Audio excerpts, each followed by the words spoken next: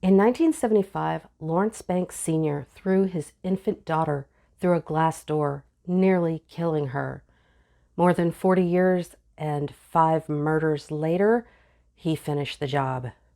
Let's get into it.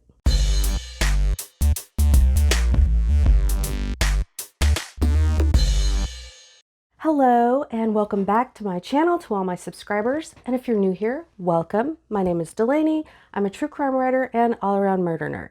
On this channel, I like to talk about some of the worst, most terrible stories, and I tend to cuss a lot. So if you're into that sort of thing, give it a like and subscribe to my channel. But now let's get back to Lawrence Banks Sr. On Mother's Day, May 12th, 2019, a Baltimore resident stumbled across something that looked suspicious. Near an overflowing dumpster near their apartment complex, they found a shopping cart, and inside the shopping cart were several smelly, leaky trash bags. And the bags looked like they were leaking blood. So the resident called the police, and when the Baltimore PD arrived, they determined that, yes, that was human blood. When they opened one of the bags, inside, they found a naked woman's torso bound with cord. In the other bags, they found some of her severed limbs, but not her head, her hands, her feet, or her lower legs. So this crime wasn't just gruesome, but the fact that they didn't have her head or her hands made identifying the victim nearly impossible. The only characteristics that they knew about her was that she was female and that she was either Black or Hispanic. But there was one possible identifying characteristic. She had a tattoo of red lips tattooed on her backside. But after no luck in trying to identify her through other means, the Baltimore PD posted a photo of that tattoo on their social media site, asking anyone in the public if they recognized this tattoo. That strategy did pay off. Soon, people came forward and said that that tattoo belonged to a woman named Dominique Foster, a 43-year-old mother of 6 who was a dog groomer and an animal lover. They also said they knew exactly who had killed her, the same man who had almost killed her nearly 43 years earlier, her father, Lawrence Banks Sr. In late December of 1975, Dominique was only 7 months old. It was only a few days after Christmas, and Lawrence, his then-wife Vivian, and Dominique were at Lawrence's mother's house, and Lawrence was drunk. He and Vivian got into an argument, and he made the threat that he was, quote, going to do something to this baby you'll both regret. Minutes later, the women heard a loud crash and the sound of breaking glass. They rushed into the front hallway where they found the glass door broken and baby Dominique lying on the floor covered in blood. Vivian rushed her baby to nearby Johns Hopkins Medical Center, where it took almost 24 stitches to sew up her tiny head. Lawrence was arrested and charged with assault with intent to disfigure. But this wasn't the first time he'd committed violence. A year earlier, he had held a knife to Vivian's throat and threatened to kill her. A neighbor had called the police, who were able to talk him down. For that, he was charged with assault to intent to murder, but Vivian, like many terrified victims of domestic violence, said she didn't want to press charges, so the prosecutor dropped the case. But this time, Vivian wasn't going to back down, even though she knew it was probably the most dangerous decision she'd ever make. She told police that she feared for her and her children's lives, but Lawrence was released on bond before trial anyway. And her fears turned out to be true.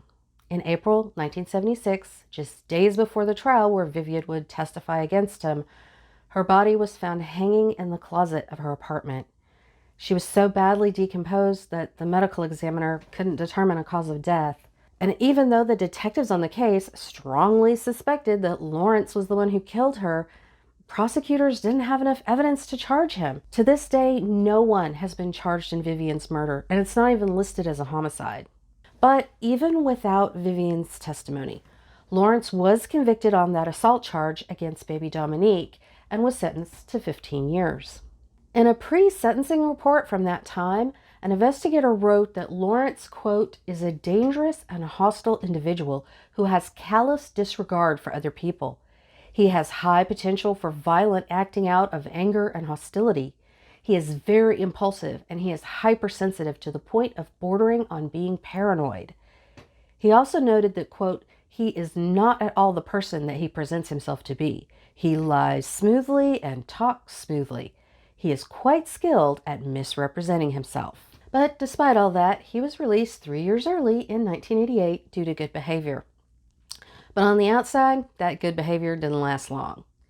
In November of 1991, Lawrence was out drinking and driving around with two of his buddies, Chris Pennell and Michael Chisholm, in Pasadena, a suburb that's just south of Baltimore in Anne Arundel County. At one point, the trio pulled over for a pit stop, and while Michael had his pants down, Lawrence shot him with a .357 Magnum. Michael dropped, and Lawrence shot him again in the head, killing him. He and Chris then drove off, leaving Michael's body on the side of the road. But Lawrence wasn't done yet. That same night, he tracked down his 17-year-old son, Lawrence Jr. Now, Lawrence had been trying to gain custody of his two oldest children, Dominique and Lawrence Jr. If that doesn't tell you something about just how egotistical he is that he thought he could get custody of them. But at the custody hearing just a week earlier, he found out the Jr. had testified that his father had severely beaten him on multiple occasions. Dominique had testified too that he not only beat her, but had sexually assaulted her. She also told the court that he had threatened her several times that she'd, quote, meet the same fate as her mother. So Lawrence knew that not only was he not going to get custody, he was now probably being investigated for child abuse. So he found the foster home where Lawrence Jr. was living. He made his way inside somehow, and while his son was cowering in fear in a corner, he shot him in the head and killed him. For that murder, Lawrence entered an Alford plea, which is a kind of no contest plea where the defendant doesn't admit to guilt but acknowledges that there's enough evidence to convict him. For the murder of Michael Chisholm, which was in Anne Arundel County, he pled guilty. He was sentenced to 20 years for each of the murders, but the sentences were set to run concurrently or at the same time.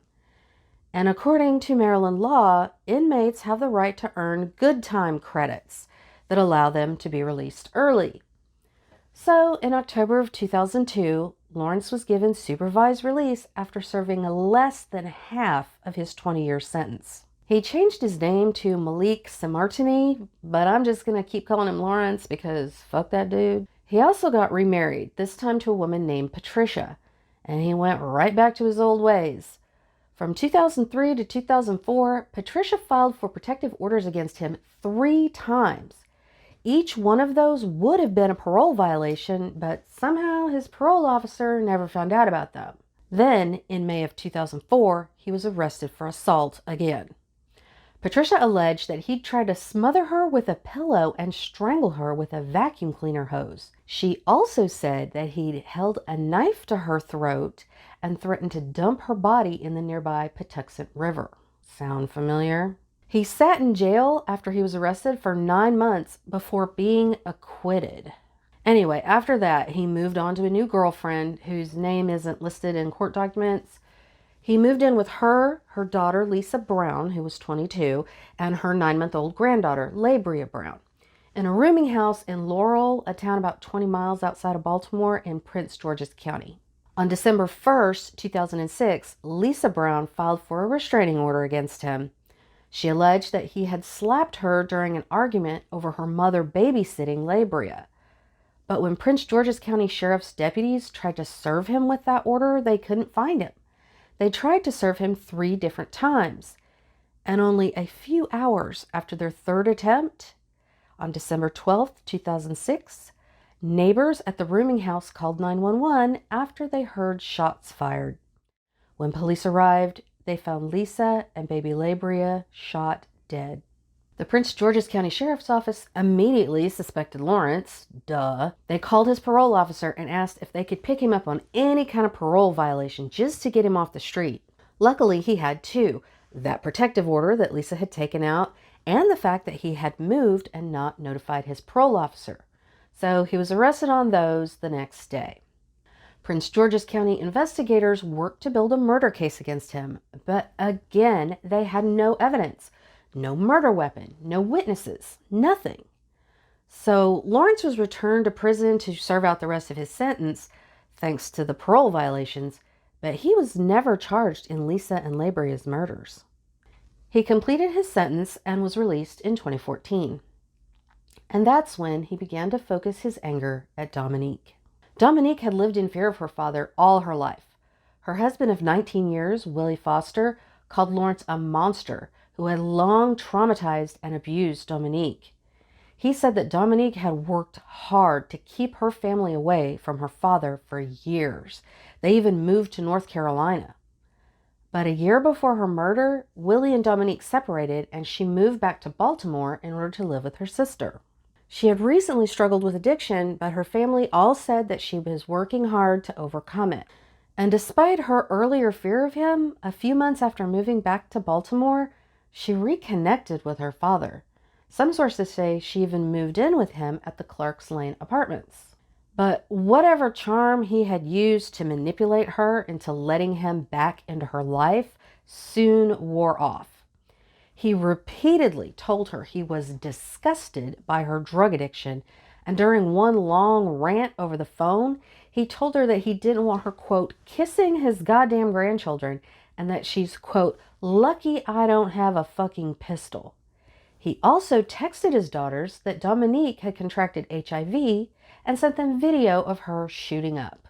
Her family members said that they knew Dominique had been trying to recover from her addiction and had been in and out of treatment centers. One of his daughters said that Dominique had to leave one of those treatment centers because of her father's harassment. But for whatever reason, she continued to stay with him. Around 2 p.m. on the afternoon of May 10th, surveillance footage shows her leaving a treatment center and getting into her father's van. It was the last time anyone would see her alive. Despite extensive searches with bloodhounds and divers, Dominique's head, hands, and feet were never found. But an autopsy on her recovered remains showed blood in her lungs. Authorities believe that this could have been the result of a massive trauma to the head, like a gunshot wound, causing her to inhale blood through her sinuses before her death. So while her cause of death couldn't be determined precisely, her manner of death was crystal clear: homicide. While investigators never found any physical evidence linking Lawrence to the murder, there was plenty of circumstantial evidence. For one, a neighbor who was interviewed said he'd heard loud arguing coming from that apartment on the evening of May 10th. Lawrence's girlfriend at the time said she hadn't been able to get a hold of him all that day or late into the night. And when he finally came to her house very late that night, he had scratches on his arms and neck. When she questioned him about that, he claimed he'd gotten them when his radiator overheated. And the dumpster where Dominique's body was found was just around the corner from the Clark's Lane apartments where Lawrence lived. In fact, surveillance footage of that dumpster showed a male figure matching Lawrence's descriptions pushing that shopping cart to that dumpster at approximately 9:48 p.m. on May 10th. He came from the direction of his apartments and then left after leaving the cart, returning back in that direction. When police searched his apartment, they found a .380 Beretta semi-automatic handgun in the trash can, a parole violation. When they used luminol, they also found several blood stains that had been cleaned up, and later DNA tests would show that that blood was Dominique's. Lawrence was sent back to jail for that parole violation while investigators built their case. Using his phone's GPS data, they were able to place him going from his apartment to the dumpster where Dominique's body was found. The timestamp, 9:48 p.m., was the exact same time that that surveillance footage captured the male figure leaving the shopping cart there. On June 19th, he stood trial for the gun violation, and at that trial, he claimed the gun wasn't his. He also claimed to have a master's degree from Towson University, to be a member of the Mount Moriah Baptist Church, and to be a volunteer at a local homeless shelter. Every one of those statements was an easily proven lie. In July 2019, he was charged with second-degree murder and unlawful disposal of a body. He pled not guilty. At trial, his defense was to claim that she'd actually been killed by members of the MS-13 gang. Later, at his sentencing hearing, he'd try to claim that she'd actually been killed by the shopping cart killer, Anthony Robinson. Nevertheless, he was found guilty. At his sentencing hearing, he begged the judge for mercy, calling his time in jail a, quote, nightmare, and continuing to claim his innocence, saying he didn't even swat at the flies in his jail cell. But one of Dominique's daughters, in a victim statement, asked the court, "Your Honor, I'm asking for the longest sentence possible. I ask this not for revenge, but for everyone's safety." The court obliged, and he was sentenced to 41 years, the maximum allowed under Maryland law. He won't be eligible for parole until 2042, when he'll be 88. And if someone you know is being abused, call 1-800-799-7233 or text "Love Is" to 22522 or go to www.thehotline.org. So, what are your thoughts about this case?